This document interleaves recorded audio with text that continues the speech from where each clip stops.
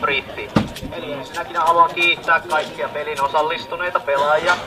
Ja täytyy sanoa, että täällä on ollut helvetin hyviä suorituksia täällä peliä varten, mutta täällä on myös välillä, että jotkut on vahingossa eksynyt tänne näin softaamaan, vaikka tää ei oo softauspeli. Mutta silti täytyy sanoa, että pelaajat on vetänyt aika hemmetin hyvin tämän pelin, eli löytynyt eläytymistä, hemmetin hienoja rooliasuja, hemmetin hyviä rooleja, taustatarinoita, vaikka mitä. Eli hemmetin iso kiitos siitä, koska tämmöiset pelit rakennettu nimenomaan teidän pelaajien ittenne puolesta, eli te itse rakennettaisiin pelin teidän ympärille. Mä en ala nyt kertomaan yksityiskohtia, miksi peli loppui nytten, että jokainen osapuoli alkaa kertomaan tässä näin nytten omia näkemyksiä tästä tapahtumasta ja miten niiden osapuolen toiminta on mennyt. Ja sitten jokainen kertoo siitä vähän sen, että miten tää meni. Sen jälkeen vedetään tämmönen loppupalaute, ja kaikki muu. Mutta mä voin aloittaa tässä siviili kautta neuvoston jäsenenä tän oman näkemyksen. Eli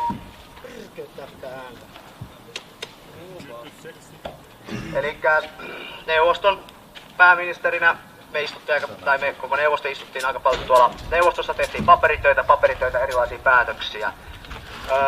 Omasta mielestä peli meni aika hemmetin hyvin neuvoston suhteen, vaikka siellä nyt on erimielisyyksiä. Huomattiin, että meillä oli aika paljon kommunikointiongelmia erilaisten tahojen kanssa, mutta se kuuluu pelin luonteeseen. Neuvosto yritti koko ajan pitää hommaa hallussa, vaikka siellä nyt lopussa tuli niitä telotuksia ja kaikkea muuta. Mutta ne oli ainoastaan Jämsän parhaaksi, ne on tosiaan vähän pohdittuja. Okei, mä myönnän, se telotus oli, sanotaan näin, että se oli ehkä vähän radikaali, että hetken mielijohteesta tuli tehty semmoinen, koska meidän kaupungintalo oli hyökätty itsevuoron pommitukseen, siinä tuli vähän tunteet pintaa sitten.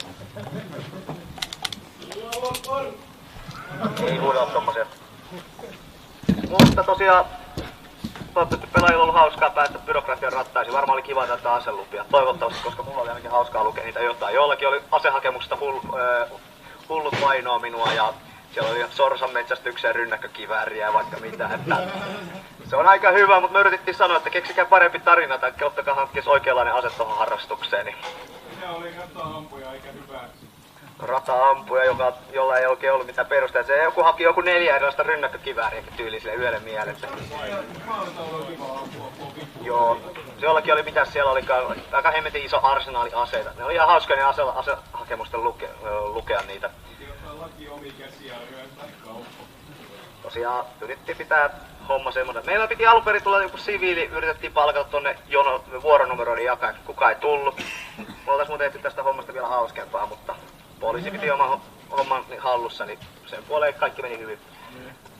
Ja erilaisia diilejä tuli tehty erilaisten osapuolten kanssa ja pyrittiin saamaan niinku semmoista parempaa Jämsää. Ja jotkut yritettiin parhaamme. Mutta kuitenkin meni omasta mielestä se Jämsän rakentaminen. Jämsän rakentaminen meni hyvin, mutta sitten täällä tuli tää erilainen, miten sen sanois. Rehelliset yrittäjät piti tätä Jämsän kaupunkiin kunnossa, mutta sitten oli näitä erilaisia huligaaneja, jotka lähti villitsemään ja kiihottaa kansaa. Munkin puolesta kiitoksia kaikille. Ja sitten, no ne jotka ei tiennyt vielä, niin mä olin Club Pusun omistaja, jos se jäi jollekin epäselväksi, niin aika ihme. Mut se, että ketkä kaikki ties kuka huumeparoni on. Meitä arvattiin. Joo, eli meikäläinen oli huumeparoni ja me pyydettiin sitä vähäistä huumepisestä, mitä täällä oli. Ja toivottavasti kaikki, jotka oli pregameissa, niin oli mukavaa siellä. Club Pusussa ja kaikki, jotka siellä pääsi käymään, niin toivottavasti miellytti ympäristö siellä. Ja miten me vaikutettiin tähän niin kun Jämsän vallankumoukseen, kun täällähän riehui PPS hirveästä rahasummasta, niin meillä oli sitten eristen tahojen kanssa yhteistyötä, niin me napattiin sitten tossa PPS:n johtaja Club Pusun Volvon takaluukkuun ja mentiin neuvottelemaan sitten vähän useampien piippujen kanssa. Eli sen PPS:n johtajahan meni vissiin näyttö kuka se Ben Hassani tuohon kyseiseen Volvoon ja me sitten keikattiin omaan Volvoon kyytiin ja siitä sitten lähti. Ja kiitoksia mun puolesta teille kaikille. Porlikonen perheen puolesta päivää. Joo, me lähdettiin vetämään tällaista old school mafia-linjaa. Elikkä organisoiduttiin niinku mafian tavoin. Meillä oli Don, Porcelieri, 2 kapoa ja sitten erinäinen määrä näitä mafiasotilaita. Sen mukaan lähdettiin keräämään. Meillä oli annettu tällä, että kerätkää rahaa, käsitettiin asia vähän laajemmin, että kerätään rahaa ja vaikutusvaltaa ja omaisuutta täältä näin.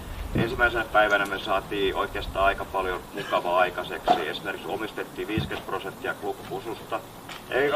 Korjaan Park-Aktuksesta. Se oli hyvä sijoitus, money well spent, koska maksettiin siitä 200 ja saatiin sieltä varmaan tuhansia. About. Lisäksi meidän kautta pystyi hankkimaan aseita. Niitä toimitettiin muutama kappale.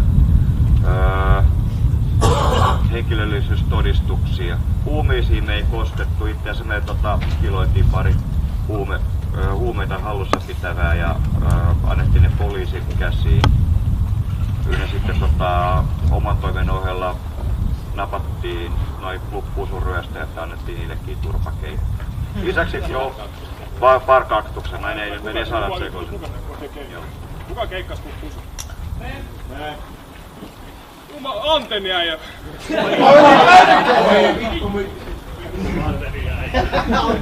Eilisiltana ei ammuttu yhtään laukausta ja meiltä ei tainnut yhtään poistua Manamajalle, että siinä mielessä meni erittäin hienosti. Aivan oikein, meillä oli myös totta kai meillä oli myös pontikkatehdas, alussa laito ja myöhemmin laillinen, että olisit saanut kyllä rahat, kun haluttaisiin vaan muistettu niin kuin nähdä silloin. Lisäksi meillä oli asianajotoimisto, joka hoiteli sitten erilaisia paperi ynnä muuta asioita ja Jeti voi kertoa sitten tarkemmin. Joo, eli asianajohommia ihan hirveästi ei ollut asiakkaita. 2 asiakasta, toiselta oli viety Kultaharkko, joka oli Porlikoneen perhe, tavallaan oli oma lehmä ojassa.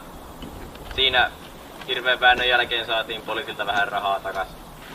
Toisin sanoen mentiin huutamaan asiakaspalveluun. Ja toista juttu ei koskaan ratkaistu. Ja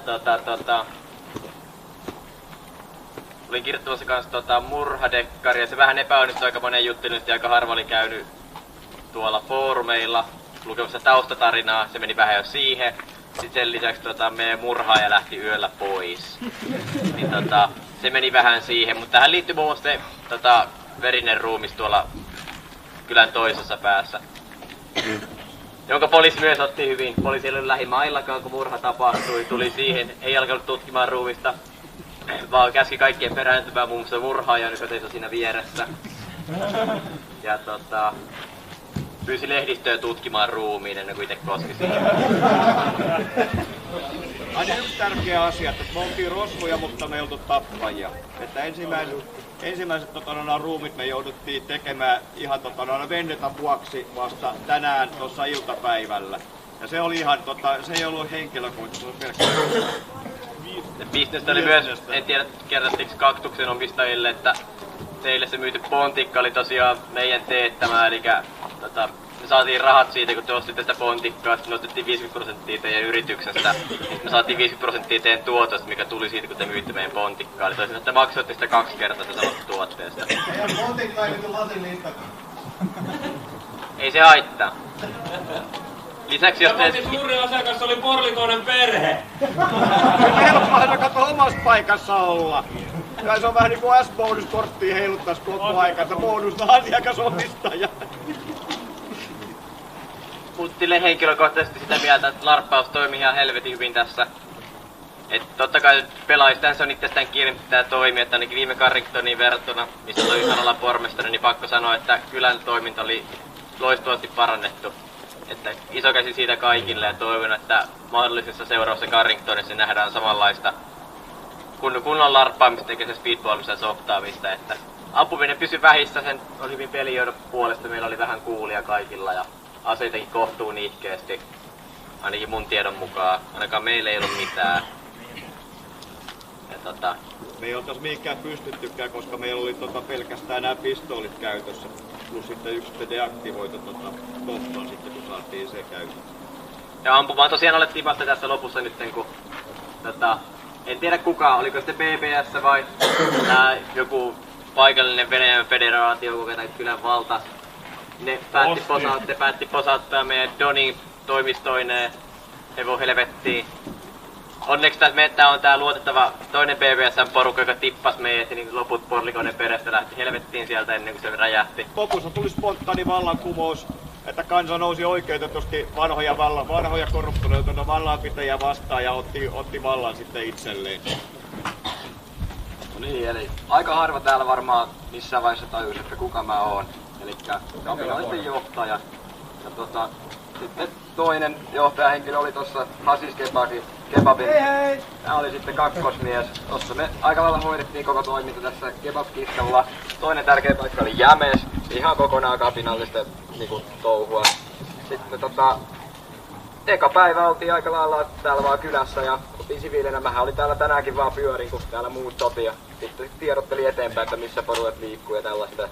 Sitten yöllä iskettiin pari kertaa tuolta noin tänne poliisia vastaan enemmänkin. Ja ihan hyvin tää meni meidän osalta. Se oli osa jengistä tehnyt tosi hyvää niinku ennen peliä sinne foorumille kirjoiteltu tosi paljon ja saatiin aika hyvin selviksi, että mitä täällä on, mitä pystytään tekemään ja tälleen. No, tosi isot kiitokset sinne Jannelle, että ilman häntä ei olisi kyllä tällaista toimintaa onnistunut. Se oli tehty bufferi kebabia ja kaikkea. Asis! Joo, eikö muu? Ai niin, tossa mulla on niin huono toi lähimuisti, nyt tuli mieleen. Niin, tosiaan vallankaappaus. Neuvosto kuuli tästä joku tunti sitten. Sen jälkeen esimerkiksi meidän rakas Seppo Siitoi lähti ulkomaille ja muu neuvosto lähti sitten rahasalkun kanssa. Sitten myös Livokkaa Jämsän täältä messitoilta. Eli huomattiin, että ei täällä kannata meitä olla. Mä tuolla yksin tein noita vesi-ilmapalloja 100 kappaletta. Siinä oli vähän työtä ja joo, ei siinä. Mä sentään seison koko perhana ajan, kun te pommititte mua siellä vesi-ilmapallon, mutta yksikään ei osunut. Mä olin pettynyt. Mulla oli nimittäin kuuma siinä.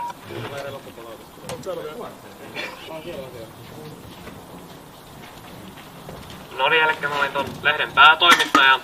Kiitos teille, että hirveästi ampunut meitä. 2 toimittajaa meillä kuoli, mutta ne oli vahinkolaukauksia. Vastasitte kiitettävästi kysymyksiin. Ainoa tällainen mainitsemisen arvoisen asia on se, että me ei oikein saatu ne isoimmat jutut tuli 5 minuuttia ennen kuin peli loppui. Tää Seppo Siitoimen natsisuhteet ja homoseksuaaliset epäilyt ja että tästä olisi tullut ihan hauska juttu lehteen ja tää Sevil Miningin suhteet neuvostoon ja muuta. Saako lehdet foorumille? Koska en oo yhtään lehteen nähnyt. Olisi kiva lukea jälkeenpäin. Joo, eiköhän me sinne tökätä. Toinen ongelma oli vähän tää lehden layout, että se oli huonosti valittu ja vähän kiireessä tehty, että siitä haukut itselläni, mutta katsotaan sitten, että jostain ensi vuonna samaan hommaan pääsis ja tekis paremmin. Sisältö oli tosi bueno. Kauheeta propagandaa se oli.